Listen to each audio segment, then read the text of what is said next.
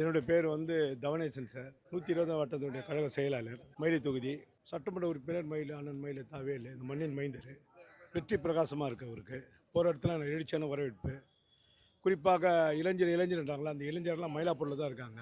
இது ஸ்லம் அதிகமான பகுதி, இது ஸ்லம் ஏரியா, குடிசை பகுதி அதிகம். குடிசை பகுதி நல்ல ஒரு எழுச்சியான வரவேற்பு தொடக்கத்திலேருந்து இந்த முடிகிற வரைக்கும். இன்றைக்கி இளைஞரணி சார்பில் மிக பிரமாண்டமான ஒரு இளைஞரணி பேரணி. நேற்றைக்கு மீனவ மக்கள் மத்தியில் திமுகவுக்கு செல்வாக்கு இல்லை, அதிருப்தியில் இருக்கிறாங்கன்னு ஒரு பொய் பிரச்சாரம் பண்ணாங்க.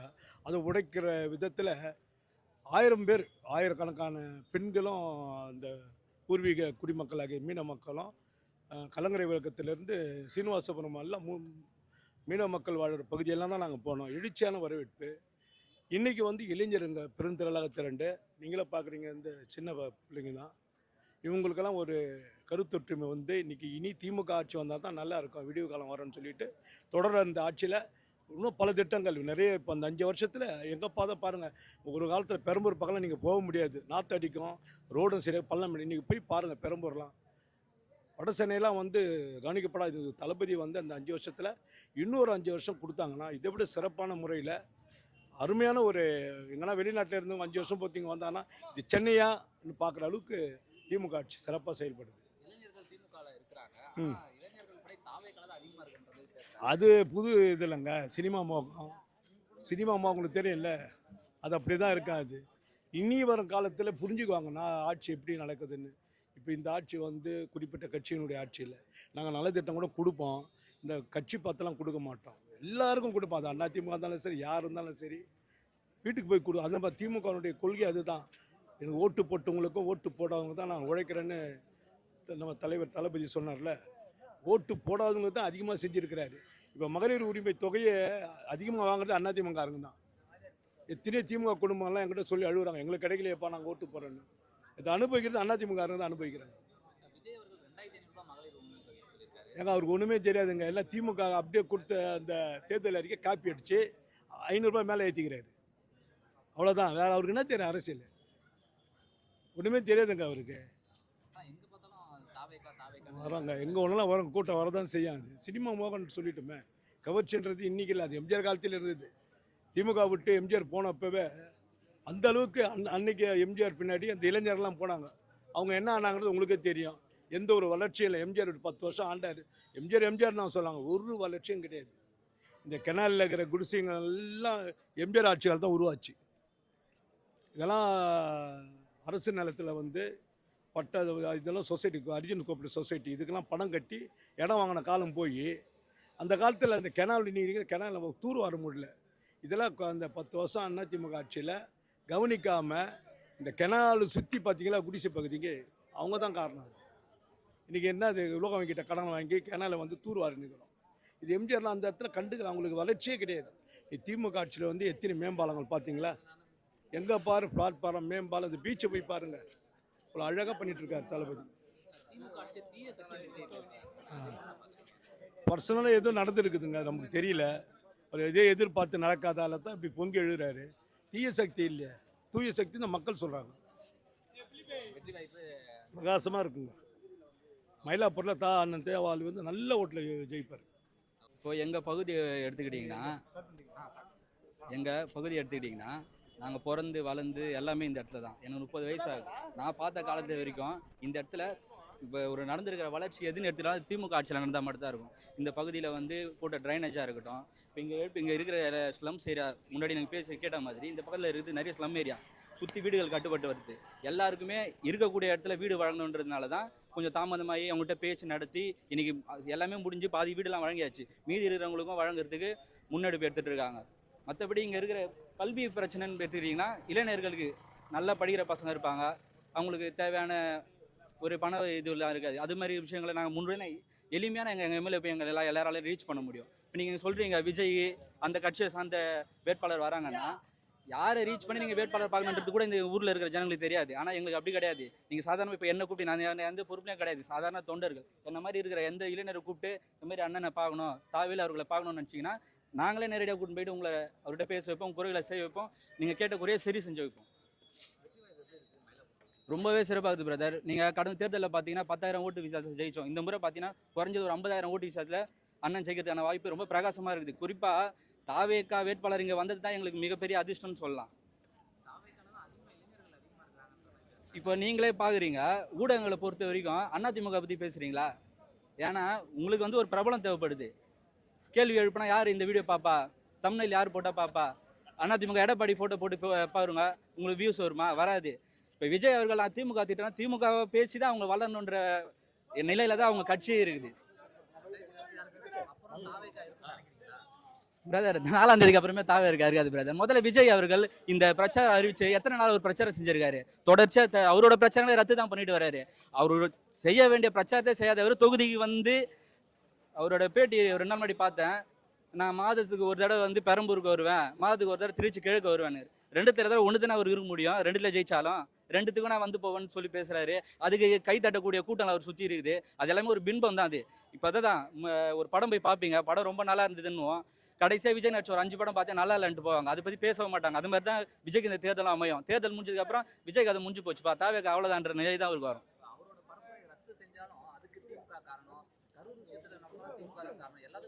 அவர் வீட்டில் நடக்கக்கூடிய பிரச்சனைக்கு அவங்க ஒய்ஃபாக இருக்கட்டும், இல்லை அவங்க பசங்களாக இருக்கட்டும், அவங்க அப்பா அம்மா இருக்கட்டும், அதுக்கே திமுக தான் காரணன்றாரு.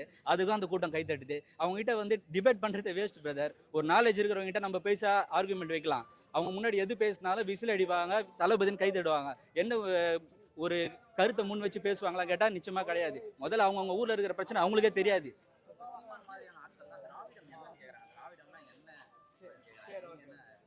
திராவிடம்ன்றது வந்து ஒரு ஐடியாலஜி தான் பிரதர். அது வந்து பிரிவினை கிடையாது. ஒருங்கிணைந்து எல்லாத்தையுமே ஒருங்கிணைஞ்சு தென்பகுதிகளில் எல்லாமே ஒருங்கிணைஞ்சு செயல்படுறது தான் திராவிடம். இது அவர் தமிழ் தேசியம் பேசுவார், தமிழ் தேசியமும் அடங்கியது தான் அது திராவிடம். எல்லாரும் வேணுன்ற நம்ம அவர் அப்படிலாம் இல்லை, நான் தனின்றாரு. அவரோட ஐடியாலஜிலாம் பார்த்தீங்க, வீடியோ போட்டு ஹெலிகாப்டரில் மாடு ஓட்ட போகிறேன்றாரு. மாடுங்க பயந்து ஓடுது. அவரை பற்றி பேசுறது பிரயோஜனம் இல்லாது. ஓகே, முதல்ல நான் அவர் பார்க்க மாட்டேன். விஜய் போகிறது, அவர் ஹெலிகாப்டரில் போவார், ஃப்ளைட்டில் போவார், எதில் வேணால் போகலாம். அவர் நடந்த ஒரு 30 கூட்டங்களை கலந்து, 30லாம் இருக்காது, சும்மா உங்களுக்கு கேட்க ஒரு எண்ணிக்கைக்காக சொல்கிறேன். 30 கூட்டங்களை கலந்துட்டேன். 30த்துலேயும் நான் என்னோட சொத்தெல்லாம் விட்டு வந்திருக்கேன், என்னோட உச்சத்தை விட்டு வந்திருக்கேன். வேணும்னா வரணும். அப்படி மக்களுக்காக உழைச்சவங்க தான் இன்றைக்கி பெரிய தலைவர்களாக இருக்கிறாங்க. நான் விட்டு யார் வர சொன்னது? யாரும் கேட்கலையே. அவருக்கு வந்து புகழ், அதாவது பணம் வந்து கிடச்சிச்சு பிரதர். அவர் நல்ல சினிமா ஆர்டிஸ்ட்டு, மிகப்பெரிய அளவில் சம்பாதிச்ச ஒரு நபர் தான். ஆனால் அவருக்கு அடுத்த போதை வந்துச்சு. என்னன்னா அது புகழ் போதை. அது அரசியல் மூலியமா கிடைக்கன்னு வந்திருக்காரு. ஆனால் ஜனங்க அவருக்கு தக்க பதிலடி கொடுப்பாங்க.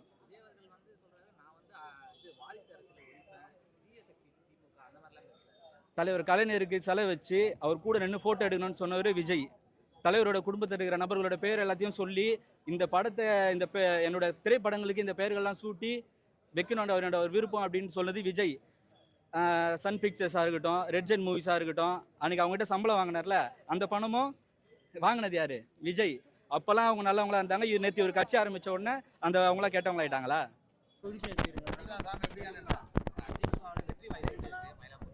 ப்ரோ சூப்பராக தான் ப்ரோ இருக்குது. என்னன்னா கண்டிப்பாக ஒரு தாவூர் வந்து கண்டிப்பாக நல்லது தான் பண்ணியிருக்காரு. எல்லாருக்கும் வீடு கட்டி கொடுத்துருக்காரு. இந்த ஏரியாவில் பார்த்தீங்கன்னா இந்த ஏரியாவிலும் வீடு கட்டிடுறாங்க. நிறைய ஏரியா இப்போ வந்து பட்னம் பக்கம் வந்து வீடு கட்டி தரேன்னாங்க. இப்போ வந்து என்ன சொல்லிட்டாருன்னா இந்த வருஷத்துக்கு நான் கட்டி கொடுக்குறேன் அப்படின்னு சொல்லிட்டு ஒரு முயற்சி எடுத்துருக்காரு. பேர கருப்பு கொடி காமிச்சாங்க ஒரு 3 நாள் முன்னாடி. அந்த 3 நாள் முன்னாடி இப்போ வந்து கண்டிப்பாக கட்டி தரேன்னு சொல்லியிருக்காரு.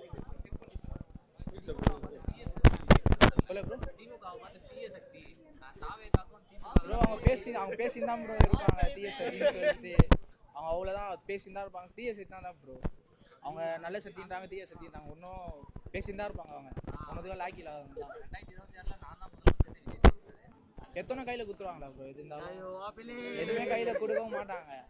இவரு 77 வருஷம் இருக்கிறாரு. இது மாதிரிலாம் கொடுக்க முடியும்? இந்த வருஷம் அவர் தான், எப்பவுமே அவர் தான் ப்ரோ. இருப்பாங்க ப்ரோ. நாம் தமிழ் சொன்னால் நான் ஹெலிகாப்டர் கொடுப்போம், சிலிண்டர் தர சொல்லிட்டு சொல்லுவாங்க. நான் தான் சொல்கிறேன், ஒரு எல்லாரும் ஒரு பிஎன்டபிள்யூ கார்டு கொடுக்குறோன்னு சொல்லுவோம். அதை ஒத்துப்பாங்களா? அதேமாதிரி தான் ப்ரோ எல்லாமே. கண்டிப்பாக இங்கே காவல் தான் ஜெயிப்பார் இந்த இடத்துல. அதேமாதிரி சிஎம் வந்து மூலவாசலிங்க தான். ஓகே, இது வந்து மயிலாப்பூர் சட்டமன்ற தொகுதி சார். வெற்றி வாய்ப்பு அமோகமாக இருக்குது. எங்களுக்கு தான் உறுதின்னு கன்ஃபார்ம் ஆயிடுச்சு. தாவேக்காவே கிடையாது. ஃபஸ்ட்டு எங்களுக்கு போட்டின்னு பார்த்தீங்கன்னா ஒன்று தமிழ்நாடு வர்சஸ் டெல்லி தான் தவிர தாவேக்கான்ற ஒரு அணி பணியே எங்களுக்கு கிடையாது. எங்கள் தலைவர் வந்து அதுக்கு என்ன ரெஸ்பான்ஸ் பண்ணி நீங்கள் பார்த்துக்கிறீங்களா இது வரைக்கும்? சின்னவரும் சரி இபிஎஸ் அவர் சொல்லிறதுக்கு ரெஸ்பான்ஸு திருப்பி ரிப்ளை தராங்க தவிர விஜய் சொன்னதுக்கு எதனா ரெஸ்பான்ஸ் பண்ணியிருக்காங்களா இல்லை ரிப்ளை பண்ணியிருக்காங்களா? கிடையாது.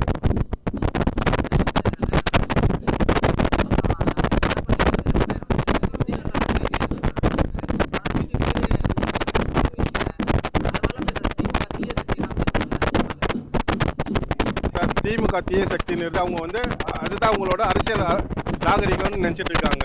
இப்போ நாங்கள் எதனா தரைக்குறவாக நாங்கள் பேசியிருக்கிறோம்னா இப்போ தான் அவங்க வளர்கிறாங்க.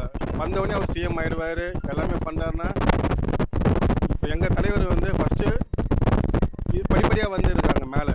அவர் வந்தவொடனே சிஎம் இருக்கலாம், அது கனவு காண சொல்லுங்கள்.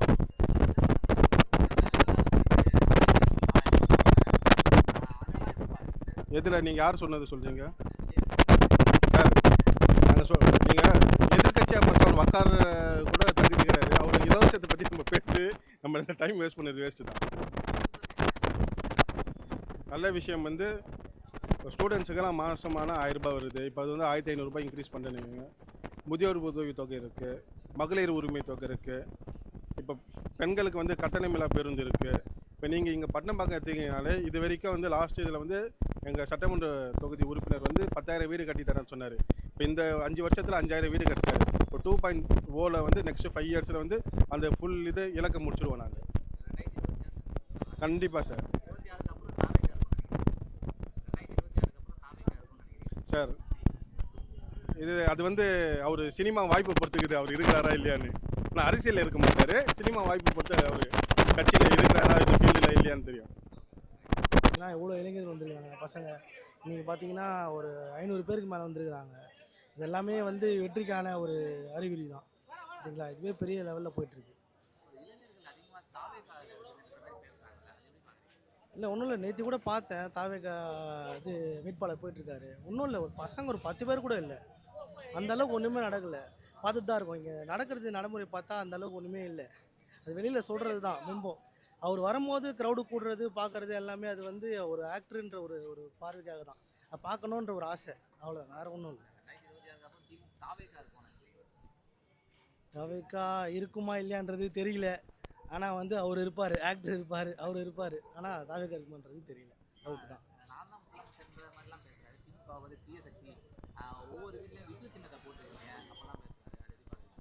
அதெல்லாம் ஒரு ஆசைக்காக பண்ணுறது தான். அவங்க வந்து 3 வருஷம் தான் ஆகுது. அதுக்குள்ளே வந்து நான் ஆட்சியை பிடிச்சிருவேன் அப்படின்னா 75 வருஷமாக கஷ்டப்பட்டு இங்கே இருக்கிறவங்க வந்து அப்போ ஈஸியாக வந்துட்டாங்களா? கஷ்டப்பட்டு தான் இங்கே வந்துருக்குறாங்க. 3 வருஷத்தில் வந்து நான் வந்து சிஎம் ஆகிடுவேன், நான் ஜெயிச்சிருவேன் அப்படின்னா அது வந்து நடைமுறைக்கு வந்து சாத்தியமே கிடையாது. நம்ம ஒரு ஃபேம் பண்ணிக்கலாம், அவ்வளோதான், வேறு ஒன்றும் கிடையாது.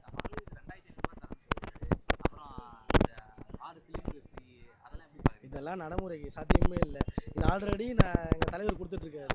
அதை பார்த்து தான் இப்போ ஒருத்தவங்க சொல்லிட்டு இருக்காங்க. அதிமுகலையும் சரி, டிவிகளையும் சரி, நான் இவ்வளோ தர போகிறேன், நான் 2000 தர போகிறேன் அப்படின்னு. இதெல்லாம் ஃபஸ்ட்டே சொல்லணும். அவங்க பேசும்போது கட்சி ஆரம்பிக்கும் போது இதெல்லாம் நாங்கள் பண்ண போகிறோம், அதெல்லாம் பண்ண போகிறோம் சொல்லணும். எல்லாம் முடிஞ்சதுக்கு ஃபைனலில் இதை பண்ண போகிறேன், நான் இது கொடுக்க போகிறேன் அப்படின்னு சொல்கிறதெல்லாம் வந்து சாத்தியமே இல்லை. இதை வந்து காப்பி அடித்து பண்ணுறாங்க, அவ்வளோதான். இப்படி பண்ணால் நம்மளுக்கு ஒரு இது கிடைக்கும் அப்படின்றது தான் வேறு.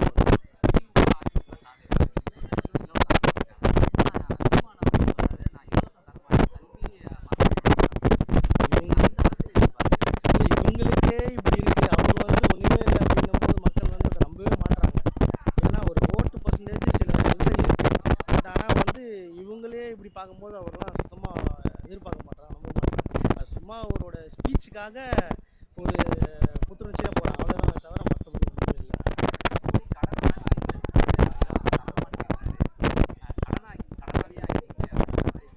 மக்கள் எதிர்பார்க்குறாங்களா? மக்கள் அந்த அளவுக்கு கஷ்டப்படுறாங்க, இந்த மாதிரி எதிர்பார்க்குறாங்களா? எதுவுமே கிடைக்கல. அவங்க உழைச்சா கூட கஷ்டப்படுறது வந்து அவங்களோட வாழ்வாதாரத்துக்கே போயிடுது. இந்த மாதிரி கிடைக்க மாட்டேங்குது. இந்த மாதிரி கிடைக்கும் போது அவங்க சந்தோஷப்பட்டு வாங்கிக்கிறாங்க. இதில் ஒன்றும் தப்பு இல்லையே.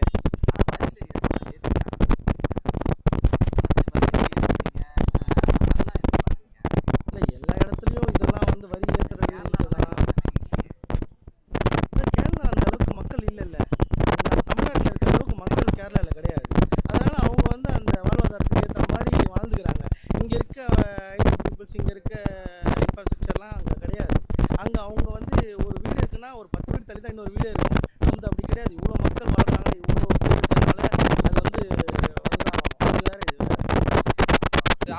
ஆச்சுண்ணா.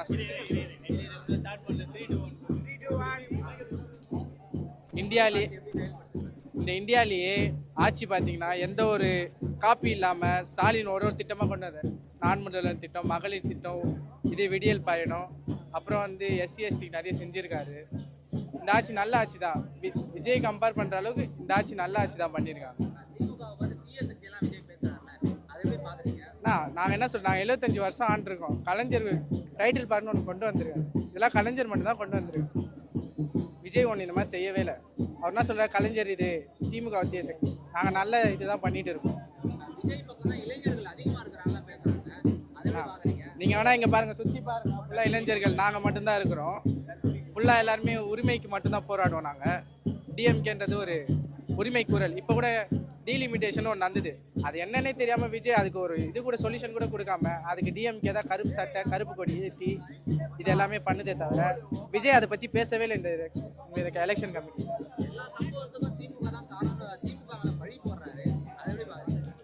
அது எப்படி சொல்கிறது, சொல்கிறவங்க சொல்லின்னு தானே இருப்பாங்க. அது என்ன நடந்ததுன்னு நடந்தவங்களுக்கு மட்டும்தான் தெரியும். இப்போ பார்த்தீங்கன்னா அங்கே நிறைய ஷூட்டிங் நடந்துட்டு ராஜ்மோகன் ஒரு இது பேட்டியில் சொல்கிறாரு.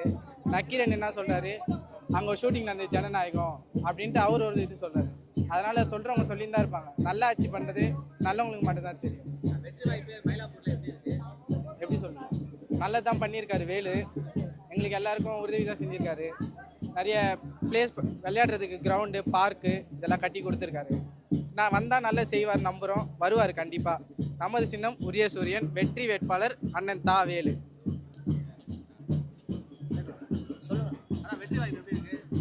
அதுதாங்க பிரகாசமாக இருக்குங்க. திமுக தான் கண்டிப்பாக வரும். இப்போ நம்ம எல்லாரும் கேட்டுட்டு இருக்காங்க டிவிக்கே தான். அது நம்ம பதில் சொல்ல வேண்டிய தேவையே கிடையாது. மே 4ஆம் தேதி எல்லாருக்கும் பதில் சொல்லிடலாம். அதுக்கப்புறம் யாரும் பேச மாட்டாங்க. அப்போ நீங்கள் இந்த வீடியோ பாருங்க. இதில் என்ன சொல்கிறாரு பாருங்க, எனக்கு கட்சினா என்னவே தெரியாது, நான் கட்சிக்கே வரமாட்டேன் அப்படின்னு சொல்கிறாரு. வீடியோ பார்த்தா தெரிஞ்சுக்கலாம். அவர் இப்போ வந்து உங்கள் கையில் ஒரு அவர்கிட்ட இப்போ எப்படி சொல்கிறது 600 கோடி சொத்து இருக்குன்னு சொல்கிறாங்க. எவ்வளோ இருக்குன்னு தெரியாது. அவர் இப்போ வந்து சம்பாதிக்கிற ஆசை போயிடுச்சு, பதவி ஆசை வந்துடுச்சு. அவர் இப்போ வந்து சிஎம் ஆனோம் அந்த ஒரு இது வந்ததுனால இப்போ மக்களுக்கு என்ன சொல்கிறது எல்லாம் ஏதோ சொல்லிட்டு இருக்காரு. ஸ்டாலின் சார் வந்து அப்படின்னு சொல்லிட்டு பேசிகிட்டு இருக்காரு. அதுமே 4ஆம் தேதி பதில் சொல்லுவாங்கல்ல.